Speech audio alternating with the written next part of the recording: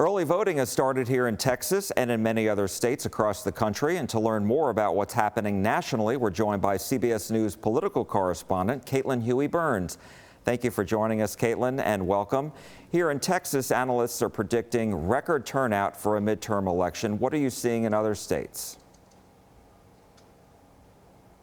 Absolutely, and it's important to remember that voters are weighing in right now with early voting, as you mentioned, in Texas. We're also looking at the state of Georgia, where early voting has already shattered historic numbers. They've already seen an increase in early voting turnout for this election compared to the 2020 election. So this is kind of presidential turnout numbers, at least when it comes to the early vote. It's important to remember, though, that we still have 2 weeks to go, and the different campaigns and different parties have different strategies when it comes to turning out the vote. Democrats are always very focused on the early vote, trying to get their voters out early, where Republicans have traditionally focused on turning out voters on Election Day. And, you know, one of the big issues, obviously, is inflation in the economy. And Democrats have said Republicans will trash the economy if they're elected into the majority. But what answers do Democrats have for inflation now that it is the #1 concern among Americans? Yeah, this is a huge challenge facing Democrats because people are telling us over and over again, and we see it ourselves, that things just cost a lot of money. When you go to the grocery store, when you're making everyday purchases, not just gas, which also remains high, even though the administration argues that it has come down.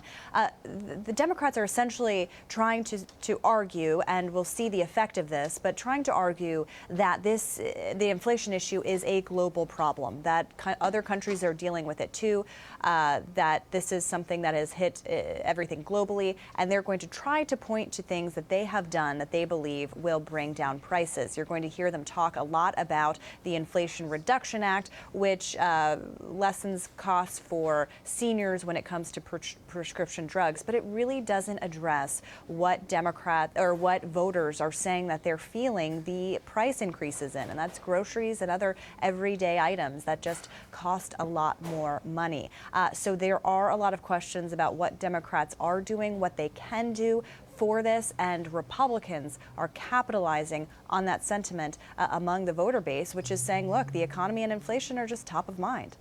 And the polls continue to show Republicans will likely regain the majority in the House.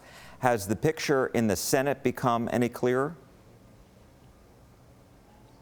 Well, we're seeing as we draw closer and closer to Election Day that these races, these key battleground races for the Senate, are tightening. I'm keeping particularly an eye on Pennsylvania, where we'll see the first and only debate between John Fetterman and Dr. Mehmet Oz. That is a race where we're seeing in our polling just a couple of points really divide the two candidates, which is essentially a dead heat. So that is something to watch. We're also watching in Georgia to see that race there is very, very close.